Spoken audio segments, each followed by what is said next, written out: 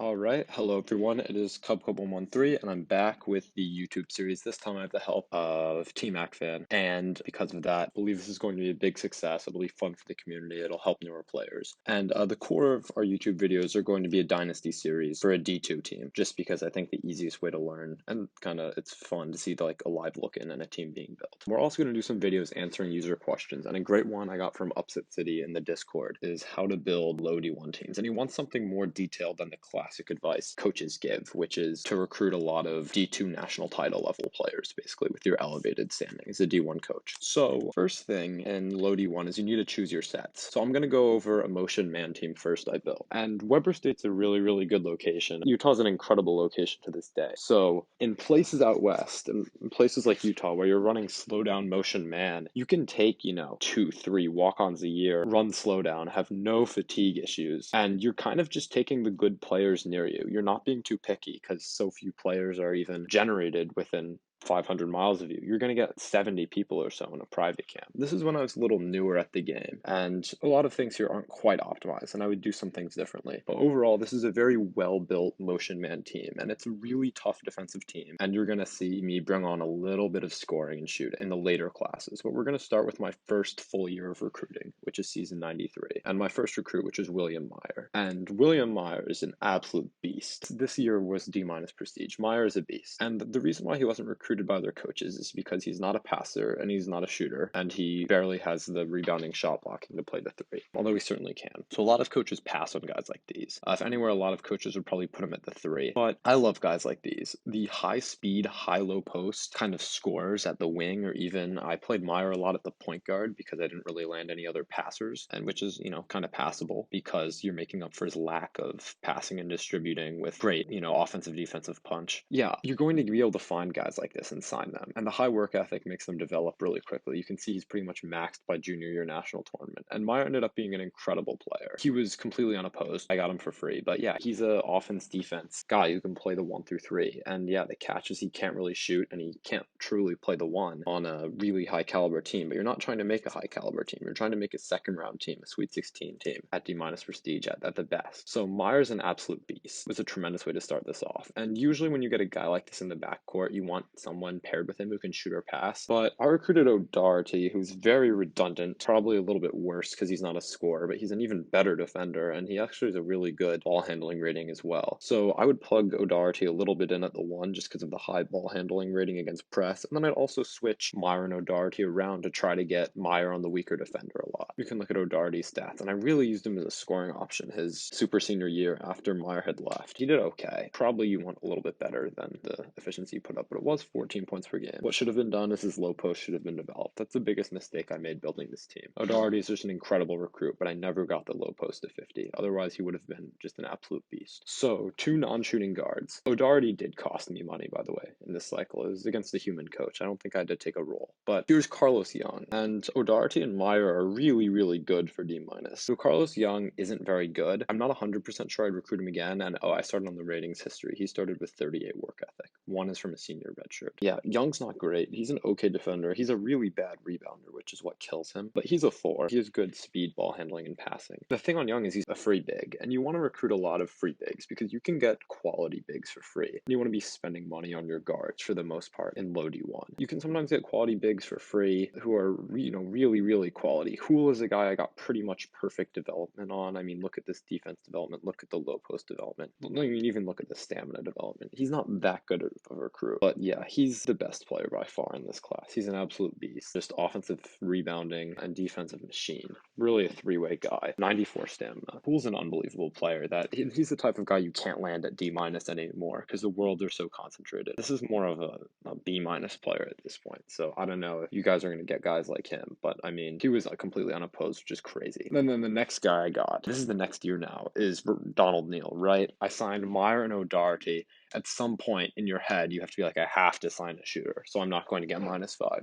And Neil's that. He's a great, basically 3-and-D guy at the 2. He's pretty much locked into the 2. He can't play any other position. 113 career made threes is very useful. He didn't come in with high perimeter. He had to develop it, and I got good development. Yeah, he was an instrumental part of these teams. And combined with Neil, I signed 2 free JUCO bigs, Matlock and Johnson. Neil was the guy I invested in this year, and I also lost a role for a really talented player, a really talented guard in Neil's year. But I think I got Neil actually without a role, even though I had to pay for him. So again, Matlock and John Johnson were, great name, were JUCO bigs, and they're free JUCO bigs. Didn't have to go up against anyone for them. So this is a recurring theme here. I've now signed 4 big men for free. And then I also signed Albert Joseph for this class for free. So I signed 3 more big men for free here. Notice I have a glutton of big men at this point. That's why Young ended up getting redshirted as a senior. But notice all the free big men, and then I'm putting my resources into Neil and O'Doherty and the guy I lost with Neil. I don't remember his name. And at this point, the team's pretty well built. What it's missing is some elite talent, really, an elite scoring talent, other than Neil and Hool, who are tremendous scorers, and Meyer, I guess, to some degree. It's just a little bit lacking. And I ended up making back-to-back Sweet 16s in my last few years here. So Herbert's an incredible recruit. The low post didn't quite work out, and the athleticism growth was terrible. But Herbert's an absolute beast, and he's another free big. And again, you might not get free bigs this good, but you can get nice defensive bigs. Notice how I don't think I have a single guy with low post over 80 on this team yet. And I paired him with Frank Foster, who is a 5-star. By this time, my prestige was up to B-. There's actually a year where I didn't graduate anyone. So in this one, I'm starting to go for 5 stars. And then I signed Aragon, who's a free guard. Again, just a defender, 6 work ethic, basically good starting ratings. He's really like a 4-year JUCO kind of. He's never going to be elite, but he's usable for all 4 years.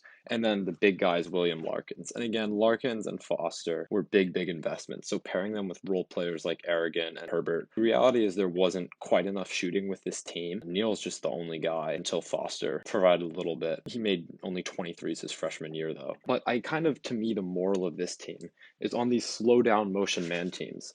First of all, I'm not really recruiting any players, right? I'm recruiting, 4 guys for a couple years, and then I skip a year. I also didn't include the guys I recruited in my first recruiting session, too. They were not very good. It was a defensive big and a really poor 3-and-D guard who didn't provide that much shooting, even himself. So the first thing to notice is I'm not really signing much shooting here, right? It's just Neil and Foster. I'm just going full, defense, rebounding, and low post scoring with, a little bit of shooting in Neil, which, again, I invested in very heavily to keep them honest. And then 2, there's just so much talent here, right? Foster, Hool, Larkins is the 5-star, Foster's a 5-star, and Hool is just an unbelievable unranked big. You see, there's just so much talent here. You can kind of overlook team building in some respects when you're just, kind of taking the best possible players. Role players like O'Doherty and Young, and great players like Meyer, Hool, and eventually the 5-stars. I'd consider Neil a great player too. That's kind of the moral of this team, right? Is you're just gunning for individual talent. And to be real, these guys are way better than a D2 title team. So then a secondary team is Yale. And I did this one more recently, and this is at a much more subpar location in Connecticut, kind of next to an ocean. So I wanted to go over the Yale team that I built because it's way different than the Weber State team. It's a very different strategy here. This is a fast break press team that eventually made the Elite 8 when these guys were juniors and seniors. It recruited at D- a few years ago in Woodin. And why they were so good is because the team is meticulously built. It's almost the opposite of Weber State. Weber State, out west, motion man, you're kind of throwing together talent. Yale, you'll see kind of, to still sound humble, a little bit of the genius in the team construction and why they were so good. A legitimate top 10, top 15 team constructed at D- prestige. So the first guy is Stern, and he's the least important guy here. Kind of a scoring beast if you note the 100 low post, 72 perimeter, 80 athleticism, 45 speed, 51 ball handling. He just has all the scoring stats, and he's not a rebounder. He's not a defender. He was basically a bench scorer. I see only 8 points per game, but again, this is in 15 minutes. So if he's playing starter minutes, he's a double-digit scorer. And Stern was a recruiting session 2 guy. He's not very special. And he has low stamina, which is really bad for the press. Lesser is much better. Lesser is another guy where you got bad development in low posts, but you did get very good development in stamina. So it evened out. And Lesser, to me, is just an absolutely ideal 4 in the press. He's super speedy, great defender, and even though he has low post rating, he was able to contribute scoring a bit. He probably should have been even scored more if you see how grossly efficient he is. Lesser is the exact type of guy you want to recruit in a press. Guys who look like this, just elite role player defender type, and then the speed and the press, even at the 4, is just still very useful. Claude Byers is just a great recruit. He's just a solid big man. I actually got him for free, but again, you can't rely on getting big men this good for free. Maybe you can rely on getting big men like this with maybe 45 low posts for free, but he actually scored some. He provided, 7 points of scoring in 20 minutes a game. Byers is, a guy you're not going to find every day for free. But again, the big men, 2 recruiting session 2 guys. In recruiting session 2, I like to target big men because they're not as important to be elite as guards because you want to get them cheaply and you want to get role players for the most part. And here's Bruce Hill. Bruce Hill, super important guy. My question to the viewers, you can stop and pause and think, is which guy is he analogous to on Weber State? And the answer is Meyer, right? He's this, he's more of a 3. He's a little bit slower, but he's an unbelievable low post scorer, solid defender, guard level ball handling, passing, great stamina. I mean, a guy like this is a beast, right? 13 points per game in starters minutes on the Elite 8 team. He's not quite unstoppable per se, but you kind of have to put a 5-star defender on him to be able to handle 90 low post at the 3. We're going down here. Here's Park Hill. I invested a lot in him. Park Hill is just a very good player, right? Everyone wants him, Clearly he's going to be a decent defender with these stats, and then you're hoping for 100 perimeter, which is what you get, and then you're hoping for 100 stamina. At D-, I believe I decided D+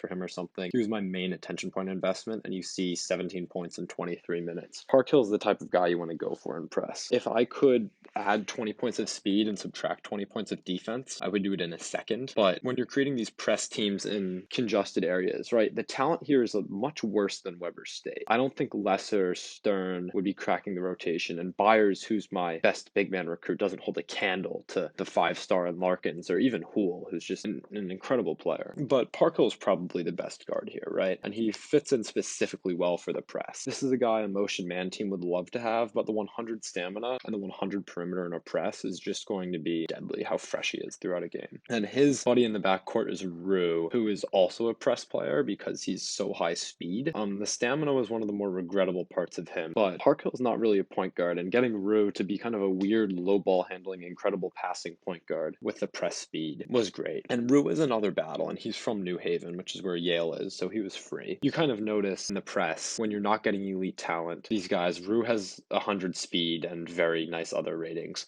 Park Hill has 100 stamina and very nice other ratings. They're both shooters, which is if you're not going for, elite talent in the press, you need to have a team that fits together really well. And all of these guys kind of have very defined positions, with Byers at the 5, with the 1, Park Hill 2, Hill 3, Lesser and Stern are kind of both 4s. So the next class, I kind of build on that success more, right? Cloutier, a bit slow for my liking in the press. This was a free guard. He's not someone I'd spend on, but again, just dead-eye shooter off the bench, 92 stamina, right? He can score. You can see he only played 10-12 minutes per game. He's combined with Peter Robinson, who's a worse version of Cloutier. He's even worse defender, but just more shooting here. At some point, it's just evident, right, that my strategy is to go all in on shooting and stamina, and then have guys like open it up for guys like Hill. Because Hill's the only low post scorer, with a little bit of Stern and Lesser, of course. At this point, I'm dying for a defender and an interior scorer, and that's what Smith is. Smith is a 2 or a 3. Smith is probably the most underrated guy out of all of these by a good margin. It's not clear to a lot of people that he's so key to the team's success. He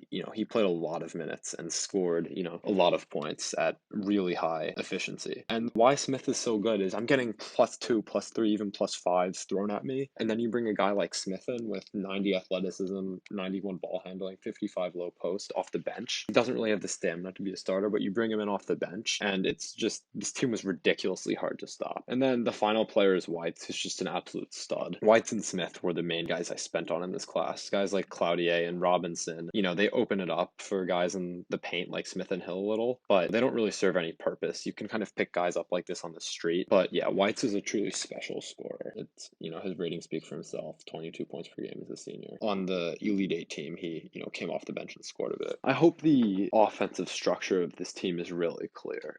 You're just loading up on shooting. You're getting the plus, and then you're going down low with Smith, Hill, and Stern, and to a lesser extent, Lesser and Byers are athletic enough to be decent scorers. And this is why this team could put up 95 points on, when teams built the A- prestige with 5 stars couldn't stop them. I'll show the year here. Season 131 is actually the good year where they're a top 10 to 15 team. Season 130 made the Elite Eight as a 12 seed, just blowing teams out of the building. But yeah, I hope the offensive strategy is clear where there's no way to defend this. But maybe the best way to defend is something crazy like a +4 plus you double Smith and Hill or something, but then you're just really risking getting torched by Byers, Stern, and Lesser. It's 5 perimeter scoring options who are just going to be ridiculously efficient if you don't play plus. And you have 5 low post scoring options with 3 better ones in Hill, Smith, and Stern. And there's no way to defend against this from kind of a double team and positioning standpoint. So this team there's not quite as much talent here, but it's really meticulously built. I wouldn't say